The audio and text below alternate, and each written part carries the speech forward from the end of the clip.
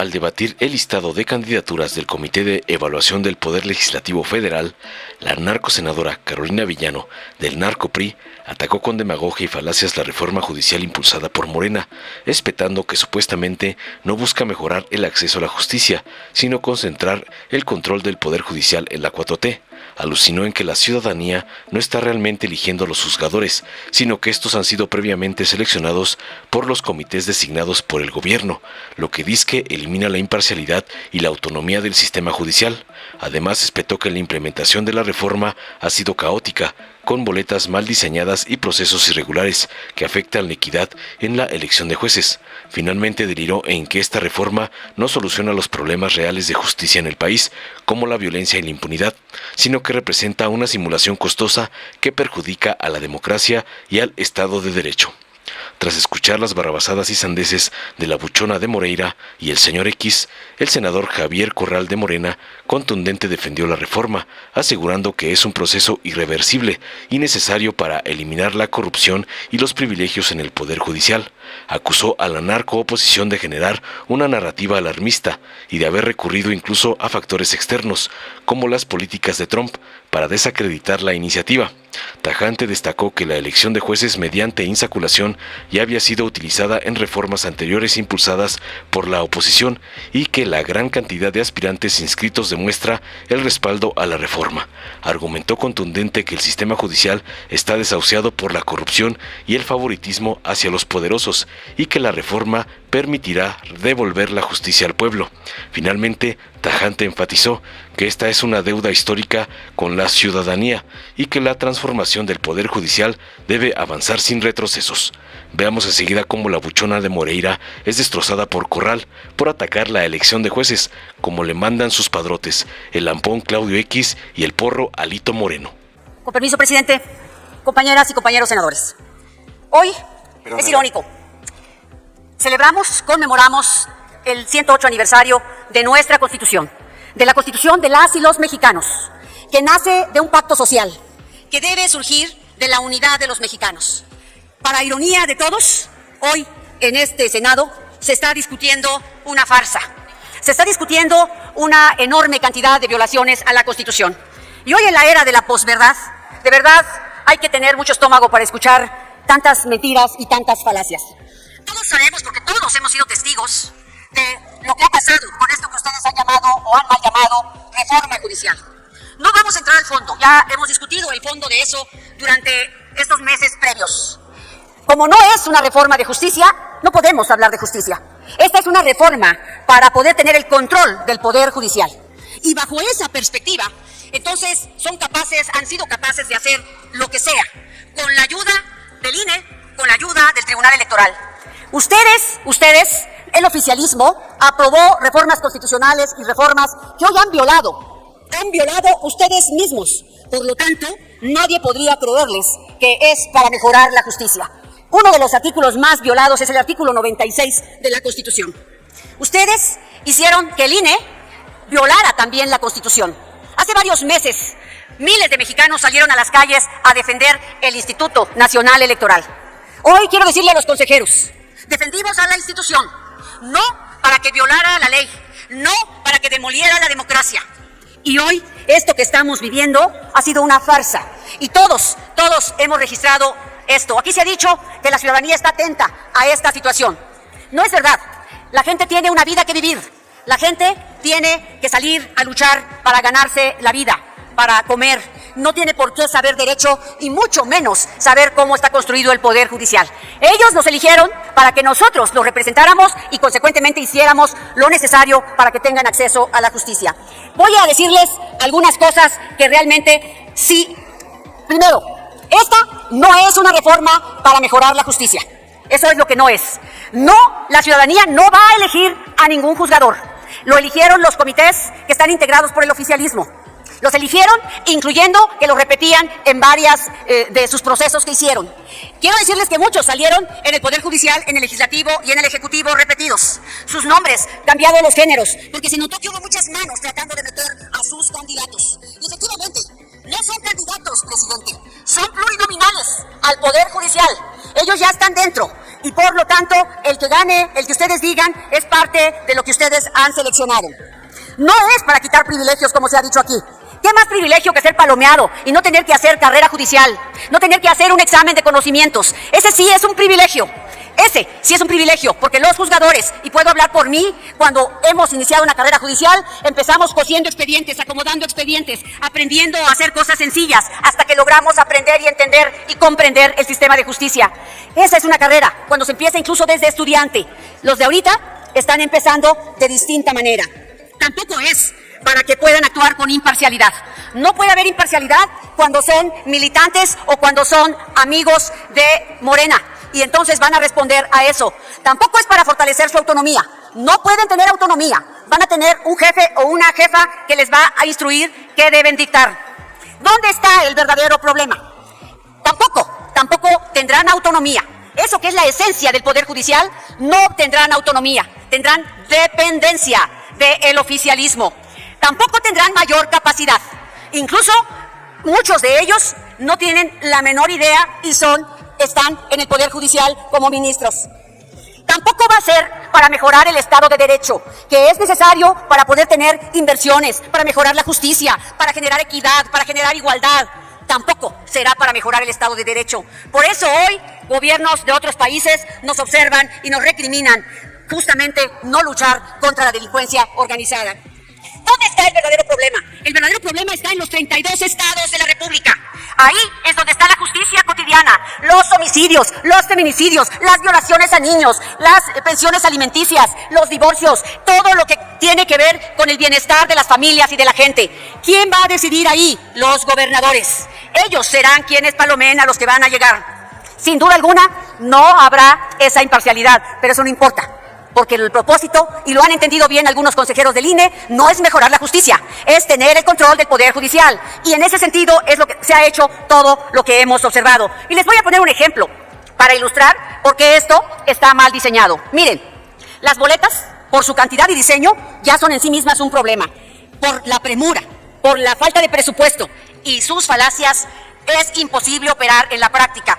Por eso, el INE decidió incumplir con la Constitución. Un ejemplo claro, la Ciudad de México.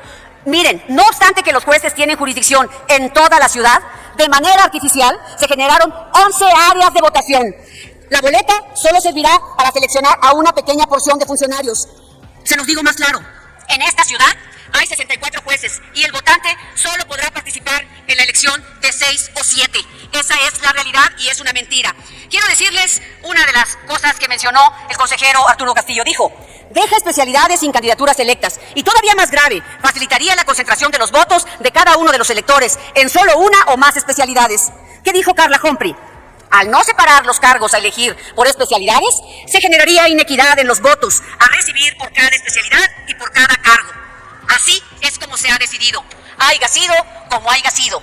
No tendremos mejor sistema de justicia. La gente no va a decidir por quién va a votar para que sea su juzgador. Este chistecito nos va a costar miles y miles de millones de pesos que pueden servir para la salud, para la seguridad, para la infraestructura, para muchas cosas que hoy nos hacen falta. No es una reforma de justicia, es una simulación, es una apropiación del sistema de justicia y simple y sencillamente hoy no podemos conmemorar a la Constitución. Es un día triste que la presidenta decidió hacer a un lado al Poder Judicial para celebrar con los suyos. Gracias, presidente. Gracias, señor presidente, compañeras y compañeros. Poco a poco se va concretando lo que los proverbios ya enseñaban. Que no hay fecha que no se llegue, ni plazo que no se venza, ni deuda que no se pague. Los plazos se están cumpliendo, se están venciendo conforme la reforma constitucional los planteó. Las fechas se están llegando y la deuda histórica que tenemos con el pueblo de México en materia de justicia pronto la vamos a saldar en su primera etapa. Lamentablemente, otra vez, la distorsión, la magnificación, la mentira, el embuste para descalificar la reforma al Poder Judicial. En realidad se trata de una resistencia que ha apostado por el fracaso, que ha puesto en marcha una narrativa catastrofista, una narrativa de invectiva, que tuvo, por cierto, recientemente su última esperanza. Se estaban agarrando a un clavo ardiendo porque todavía no terminaba Donald Trump de anunciar las medidas contra México y los aranceles, cuando ya varios miembros del PRIAN estaban pidiendo, antes que rechazar el intervencionismo, la injerencia y el intento de atropello, estaban pidiendo reformar la reforma en aras de la unidad nacional. Estaban refugiándose en Trump como ecualizador de esta reforma. Pidieron, en nombre de la defensa de la soberanía, reformar la reforma judicial, o posponerla, o pasarla toda para después, o incluso cancelarla. Y no se daban cuenta que caían en la enorme contradicción de que la reforma judicial va no solo en el ámbito de lo federal, en la parte parcial del 2025, sino que en 17 estados del país, en 17 entidades federativas, la reforma judicial va en la elección directa de magistrados y de jueces locales, sí, incluyendo Chihuahua, sí, incluyendo Aguascalientes, sí, incluyendo Coahuila, Durango, Guanajuato, estados que no se esperaron a una primera etapa, estados que formularon el reemplazo total de sus poderes judiciales locales. ¿En dónde está el argumento de fondo que descalifica la elección directa de juzgadores como un mecanismo ineficaz para escoger a los mejores? ¿Solo en el ámbito federal y en sus estados? ¿Qué hacen en las entidades federativas donde adelantaron las reformas constitucionales entre noviembre y enero de este año? El fracaso está a la vista. La resistencia y la descalificación a la reforma no les va a dar resultados, y menos los aranceles de Trump, que lo único que los ha exhibido es poco solidarios con México y, eso sí, muy oportunistas con el imperio. Eso también lo debemos de rechazar. Por eso digo que en lugar de proclamar la unidad nacional a partir de descalificar la reforma, hay que aceptarla como un proceso que es irreversible. Un proceso en el que, por cierto, se han olvidado de elementos que son fundamentales. Veo a uno y a otro descalificar la insaculación, descalificar el que se saque de una tómbola números para elegir al final del día y así apartar la discrecionalidad, incluso así eliminar el dedazo que elegía jueces, magistrados y ministros. Ya se olvidaron que la insaculación es una de las formas que entonces en el 2014, con la reforma del 2014, se ideó desde Acción Nacional, desde el PRI, desde el PRD, para la elección de consejeros electorales, que se propuso la insaculación como un método para acotar la discrecionalidad política. Y ahora, varios de los promotores de la insaculación traen a la pelotita y la tómbola como una ridiculez. Háganse cargo de que son autores o coautores en parte de ese método que se implementó en la Constitución desde el 2014 en materia de reforma electoral. Pero una cosa más, los resultados están a la vista. Aquí se inscribieron, frente a los pronósticos catastrofistas, frente a los escenarios apocalípticos, 10.673 inscritos en las distintas etapas de la convocatoria. Fueron insaculados, bueno, primero fueron calificados como idóneos 5.768 y luego fueron entrevistados 4.206. De esos entrevistados salieron insaculados 1.416 aspirantes a juzgadoras y juzgadores, compañeras senadores y compañeros senadores. Esta lista es resultado de un método de evaluación, de calificación, de idoneidad y por supuesto de insaculación.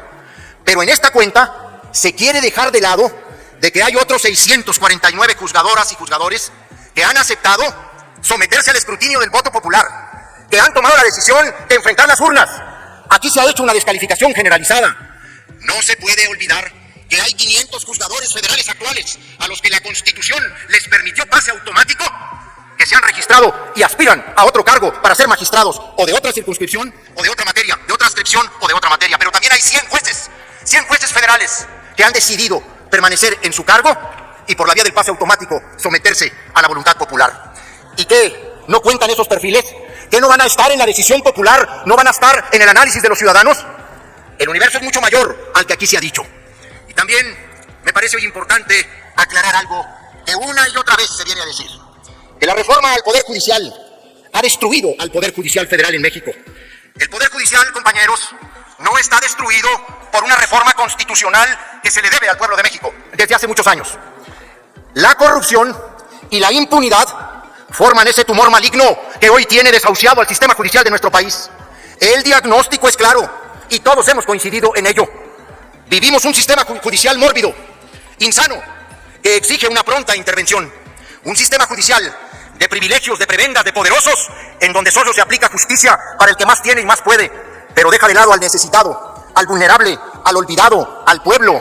Ese es el verdadero diagnóstico y esa es la verdadera causa que tiene desahuciado al Poder Judicial Federal. Un sistema judicial que creció de la mano del poder político y económico de nuestro país, a quien siempre reverenció, a quien siempre solapó y después benefició. Todo ello como recompensa de los privilegios y y de las dispensas recibidas. Un sistema judicial del cual sus propios integrantes, muchos de ellos grandes juristas, hombres y mujeres probos y honestos, se avergüenzan por sus abusos, vicios, falencias e injusticias. Un sistema judicial, lo sabemos todos, que no es del pueblo, ni para el pueblo, ni por el pueblo, pero que empezará a hacerlo el primer domingo de junio del 2025. El día de hoy es importante recordar cómo el sistema judicial le ha quedado a deber al pueblo de México. Por eso decimos que no hay deuda que no se pague. No podemos pasar la oportunidad histórica de refundar, de replantear y de redireccionar nuestro sistema judicial, de sembrar las raíces de un modelo igualitario, transparente, democrático, digno y justo, acorde a los tiempos de transformación que vive nuestro país. Por su atención, muchas gracias. Gracias, senador Corral Jurado. Dale en me gusta, suscríbete, activa la campanita y compártelo para que más gente lo vea.